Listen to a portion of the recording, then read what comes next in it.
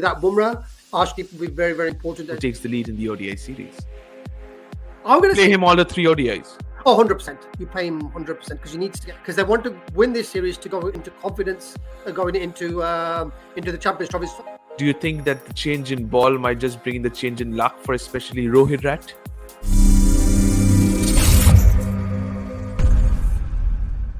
The shortest format of the game, the T20I series, has come to an end, and we move on to the 1D internationals. More or less fair to say, England were well below par in the T20I series. They were hammered by Team India. It's just that one solitary game which England looked good at Rajkot and they got over the line. You could have said by a margin, probably Chennai won as well. England could have won. But the other three, at Eden Gardens, they got hammered. At Pune as well. And if you talk about Ruankare, I just want to know what the reactions from Paji was. What was that? Was this thrashed from the first ball of the match till the end? And I just wanted to know a couple of things. And starting with, from a visitor's point of things, how do you see that innings kind of someone like you've watched in the IPL as well, Abhishek Sharma? Talk us through that innings from that man. A proud day for Punjabis. That's what Abhishek Sharma was. Obviously, I was watching it.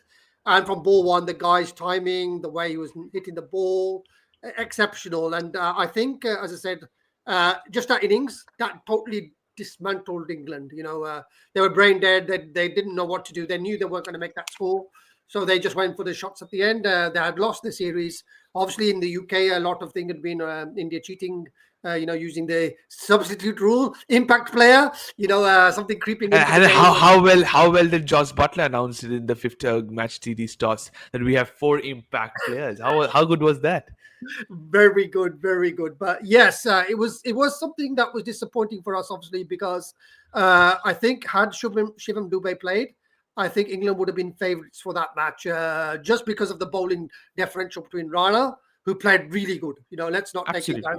And then Dube batted like Dube can bat. So again, if there was ever a cause to put an impact player sub, maybe ICC and Jay Shah should put that in now, because I think India would be the biggest beneficiaries than any other team, because they could play a frontline bowler and a frontline batsman, and that would do well. But I think, again, like England did play well in patches. Right at the start, they got used to the conditions. They got better and better and better. And then you had the freak result at Mumbai. Obviously, if anybody scores that many, 138 runs in a T20, you'd be lucky to win that game. So I think congratulations, India, on that one. But now we get to the serious business, which is the ODIs in preparation for the Champions Trophy. So it'd be really interesting to see how things happen on that. Absolutely. As you mentioned, in preparation of the Champions Trophy, that's very, very important. But Paji, there has come in a late announcement, late inclusion to the side for Team India. Varun Chakravarti has been added to the Indian side yesterday. And I just wanted to know what could be the thought process for India, because both of the teams, India and England, more or less are going with the side they have picked for the Champions Trophy. We know that India have gone with Harshit Rana, not just with Bumrah, just because of this series, because of his fitness. But Varun Chakravarti has added to the squad. Your thoughts, first of all, why in this series? I assume that he's going to be looked into series prior to, if by chance, if they add him for the Champions Trophy, because 12th February is the deadline. But is there also, you continue to say that the smoggy battle continues between Varun and Brook? It could be, and I think again, India want to put the options in place. They want to get this extra spinner. They've seen a chink in armor of England playing him. And would they put him in just to win this series, which I think they probably would, because they want to win this series to go into confidence going into the Champions Trophy. So do England. And England have made a little change because Rian Ahmed, they've kept him on. And it looks like he might be able to play some part of this, because he didn't play any of the T20s, but they've kept him on there. And again, like we said before in our Champions Trophy video, England's problem is variations. And do they need an extra spinner? Because not sure how these Pakistani wickets or the Dubai wickets will play with spin. So England don't have options in that portal. So I can see why England did it. But India do seem stacked with spinners. And maybe they put Varun Chakravarti in, just saying he's a match winner in himself, and he's in really, really good form. So absolutely. Absolutely, he's in fantastic form, and you said I don't blame that selection of Varun Chakravarti into the ODI squad. Fair enough, but if you look into the England side, once again I ask you this question: 3 wicket keepers can be seen: Josh Butler, Phil Saul, Jamie Smith. We've seen Jamie Smith in the middle order potentially targeting the spinners. We'll come to the discussion of the 11. Probably you might have him in the 11, maybe not. But your thoughts: who takes the gloves in the one-day internationals? Well, we know Jamie Smith is probably not going to be ready for the first two ODIs, so he's going to come in on the third one. But I think from what we saw in the T20s, Phil Salt will be behind the stumps and Butler will be in the field. So I think they're quite clear on that. I think they like having Butler in the field, just making more movable around with the bowlers and the fielders. I think that's the way they're going to go. Jamie Smith, obviously, if Salt's form doesn't improve, then you could possibly say Jamie Smith might get a chance. But as I said, I really think Salt.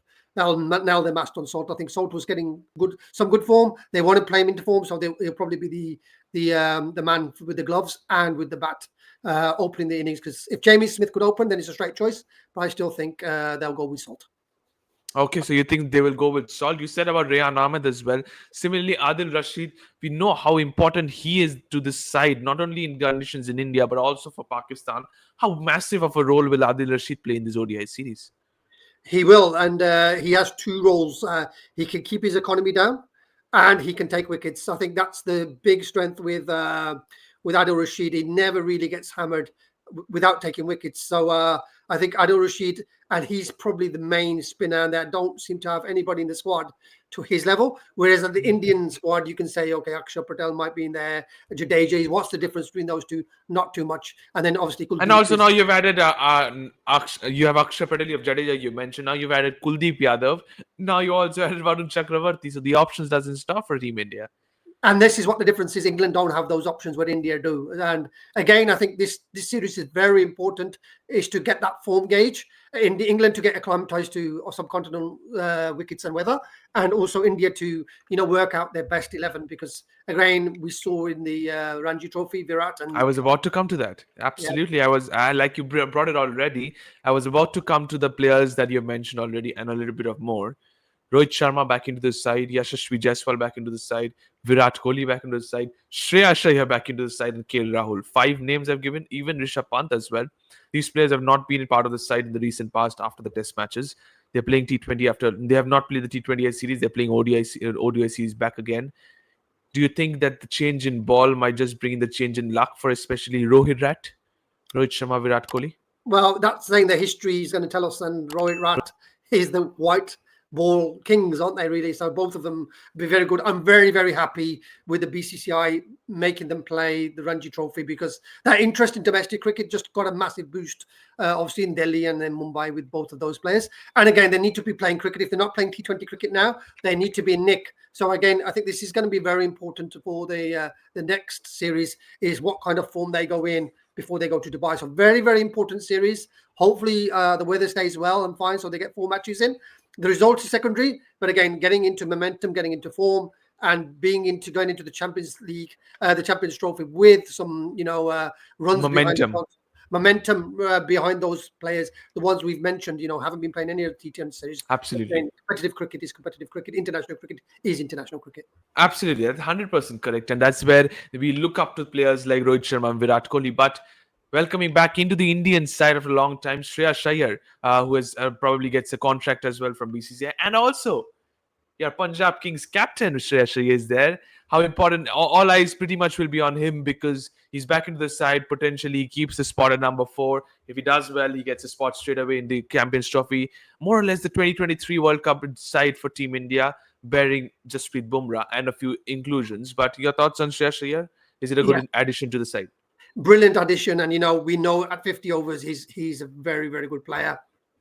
Coming off captain Mumbai in the 2 trophy successes they've had, so I really, really think that Shreyas, it'll be great to see him. And again, we know that the issue is around short pitch bowling. He'll have a bit of that against England in this, which is another. You have Jofra Archer, you have Mark Wood. Yeah, exactly. So again, getting him into that, but remember the restrictions on bouncers in the that'll be very good for him. So as long as he can play a couple of them, but again, very important for him to play, because he's playing off spin. He's one of the best players in the Indian playing spin. So I think having that kind of player along with the attacking batsman, I think that's the right combination for India to have. And if we look at the England batting, that's where the weakness is. Who is the king player of spin in that team, because they're all good attacking batsmen. But the spin options, especially against India, that's where England can get found out. True that, absolutely. But if you talk about the Indian 2 wicket keepers that gone, and this is where the problem arises for India in this ODI format, because they have to make a choice. Talking about them performing in 2024, 31 runs only for KL Rahul because hardly he has played matches. 6 runs only for Rishabh Pant. He has also hardly played any matches in 2024 for Team India in ODIs. Because if you look into the batting order for India, I've asked this before as well, and Rohan said he will start KL Rahul in the Champions Trophy. What's your thought when it comes to, because you have so many right-handers, if you need a left-hander, you have Rishabh Pant. If you need experience, you have KL Rahul. Who is your number 5 for Team India? It's always going to be Rishabh Pant for me because obviously he's the game changer. And again, in this type of batting, you look at that. KL Rahul coming in from the 35th or 30th of, if England have a good start, can he accelerate the innings? Probably not. Whereas Rishabh Pant, he's just form and momentum with that guy, and he can switch it. Whereas KL Rahul is got to be in a good rate and form to do it. I think it's more harder for him to get into form than it is for Rishabh Pant. And again, you want that left-hander in the middle order. And again, that other part of the equation is there. So I would probably always start with Rishabh Pant. Longer format, he can do it. He can play himself, and he doesn't have to attack from the start. And I think again, just accelerating the innings. If your top 4 are in from the 25th, 30th over, you want Rishabh Pant to come in and then just true, and then shift the momentum, and rather than shifting the momentum, accelerate and get them to something around 350. To be honest, fair enough. Moving on to the next one, which is a bowling lineup for Team India, pace bowling lineup for Team India without the GOAT Jasprit Bumrah. Mohammad Shami, Arshdeep Singh, Harshit Rana are the 3 seamers. Probably I can say fair enough. At this moment in this period, Arshdeep Singh leads the pace attack alongside Mohammad Shami, according to me. Your thoughts on these 2 players, please? 100%, and this is going to be a very interesting combination that we have, because obviously Arshdeep, we know he's brilliant at the death. In the Champions Trophy, if Bumrah is fit, India's death bowling is going to be one of the best with Arshdeep and both Bumrah. Shami needs more outing. So again, to see how he does that. So do you play him all the 3 ODIs? Oh, 100%. You pay him 100% because he needs to get miles in the legs, and he needs to really be ready for the Champions Trophy. Yeah, and I think this is where India have to do it. They have to start playing him. They might just play him in 2, and they got Harshit Rana in the squad, so they could throw him in. But again, Arshdeep, is the white ball king for T20. You give him that opportunity. He's quite good at the start of the innings, gives you the variation with the left arm, and this is very important for India to have that variation, because otherwise you look at the bowling and you think probably quite similar, but they've got the spin options, whereas England, they're all basically right arm quick bowlers, medium fast bowlers. So again, once the batsman's got their eyes in, they can score. There's nothing different challenging them. So conditions wise, definitely start with Shami. I think he's the experienced player there, and then you can mix Arshdeep and Bumrah in the Champions start and the end. But I think they'll probably end up playing 3 spinners. India will probably in the first. 3 spinners. Okay, you've gone with. Probably I'm expecting you to say Ravindra Jadeja, maybe Kuldeep Yadav. Is Varun Chakravarti the addition this side straight away makes it to the side or not? We have to wait and see. But England, on the other hand, we have seen a trend going on in the T20I series we've watched lately. Collapse against spin in the middle overs. How can they improve from that? It's a very difficult question because the test players, they play in Bazball has wrecked the ability to. So has Bazball produced something like 10 overs, 2 balls, and you get bundled out? What happened at Wankhede? Because sometimes you need to have the game awareness, because you have quality players like Liam Livingstone, Harry Brook, Phil Salt, who play spin so well, but hardly anyone could stand. It was Phil Salt the other day, while the other 9 batters were absolutely horrendous. So your thoughts on that, please? Yeah, it's this thing that they want to score the runs quickly. They want to take more chances against spin, and they want to try to hit the ball out the ground. And they, in mentality in England is to get 6 to 8 runs per over. It doesn't matter which format it is. So, they want to play this quick, fast thing. And again, the quality of spin, and India have really lacked that as well against quality spinners, because the test matches, especially in India, finish within 3 days. The challenge of day 4 and day 5. And the application of the work, that doesn't seem to be there for me. And you look at this other than Root, I think Root is the key of this batting line, because he's the one that can switch the 2 styles. Absolutely. Whereas India look very, I would say, a bit more conservative than England. But the problem is with India, they have a longer tail. So how they're going to be managing that is going to be very important. Whereas in India, probably England bat till 11. They all of their players. Absolutely, yeah. England bat till number 10 at least, if not, if I don't consider Mark Wood. But yes, England at least bat till number 10. But India probably maximum 8, and that's where And the difference lies. But England have to, the way England bats, I think 10 is even less. They need 15, 16 probably batters to make it up to 300 if in ODIs, if they bat the way they batted in the T20Is, to be honest. But moving on to the players to watch out for from Team India, Paji, I'll go with my 3: Rohit Sharma, Shreyas Iyer, and Mohammad Shami are my 3 players from India. And for England, I'll go with Josh Butler, I'll go with Harry Brook, and I want to see a little bit of Mark Wood in this side. yeah, I say I probably would agree with most of that. I'm going to go for Shubman Gill, because I've Okay. been watching him in the nets at Mali, and he looks absolutely amazing, timing the ball really well. So it'd be interesting to see how he does. And then obviously Virat, because Virat's come from the Ranji Trophy. He's had a lot of coaches with the Delhi coaches. You want to see him actually get into form prior Champions Trophy, because if he does not have that form, then a lot of questions, a lot of media will be on him. So the pressure there. And obviously, I want to see Arshdeep again step up, because I think without Bumrah, Arshdeep will be very, very important. And so we don't know 100% if Bumrah will be fit for the Champions Trophy. So again, Arshdeep's role is going to be very important. But Shami, again, having the legs, the mileage in the legs is going to be important for that as well. True that. Absolutely. And for England, I've said 3 names. Do you disagree or any other changes? Obviously, Livingston's going to be the guy that I'm looking at, and that's because he can do those 8 bowling as well. Yeah, bowling overs, which is going to be very, very important for England. And also Adil Rashid. Again, that I think that's where if you take wickets and not be expensive, and the way England will manipulate him into the 50 overs, I think that's going to be important. And obviously, Josh Butler, I think, is going to be very, very important as a captain and as an inspiration. And batting at 4. Can he do that work? Can he get them over that big score? Because I think he needs to really, really stay in and score big for England to beat India. Okay, so you've gone with your 3 players, and I absolutely agree. But moving into the batters, the key batters, what can we expect from this one-day internationals? I'm going with my 3, and my first one, I continue from what happened in the T20Is. I'll go with Arshdeep Singh versus Phil Salt at the top of the order. I'm not sure if Varun Chakravarti plays or not, but battle number 2 for me is going to be Shreyas Iyer versus Jofra Archer, as you rightly mentioned about the bouncers. And battle number 3, I'm going to go with Mark Wood versus Rohit Sharma, Paji. Here are my 3 battles. Again, I can't disagree with any of that, because the start of the innings is very important. If Arshdeep gets Salt and puts the pressure on Duckett, then England will, they'll have to go to plan B, which is try to sustain themselves in the middle overs, see the spin through. And then obviously that battle between Shreyas Iyer and Mark Wood and Jofra Archer, how he comes into that's going to be very important for India, because that number 4 position, as we've seen in ODI cricket, is very crucial for India. And for me, the idea is going to be what happens in the first 30 10 overs? First 30 overs? Okay. 30 overs, because if the first 10 overs, very important. If England are 2 down, see at the 30th over, sees where they are and see which team can accelerate, when the ball gets a bit older and where the partnerships are. So, say 15 and 30, that might be a good indication who's going to be winning these matches. Okay, so you're going with the first 30 overs and then you're making it to the remaining 20. Have you heard this time and time again in the past, especially at least a decade ago, that whatever score happens in the first 30 overs is double in the remaining 20 overs. So if you, the way you've said, I absolutely understand the template you've set, to be honest, for England. But moving into the predicted playing 11, and this is mine when it comes to Team India's predicted 11, Paji. Rohit Sharma, Shubman Gill are my openers. Virat Kohli at number 3. Shreyas Iyer at number 4. KL Rahul, Hardik Pandya, Ravindra Jadeja, Mohammad Shami, Arshdeep Singh, and I've gone with 2 more spinners alongside Jadeja, Kuldeep Yadav and Varun Chakravarti. If Varun is in the side, added on at the last moment, I expect him to play. I've gone with 3 spinners, as you rightly said. Any changes for you?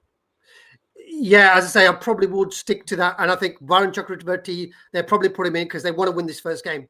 They want to put that marker down, and he's the bowler in form. They'll put him in and obviously get Kuldeep working as well. I don't think they'll put Harshit Rana in, because I can't see the reason for them to put him. Why not a concussion anymore? I think concussion. Of course, they could use it as a concussion.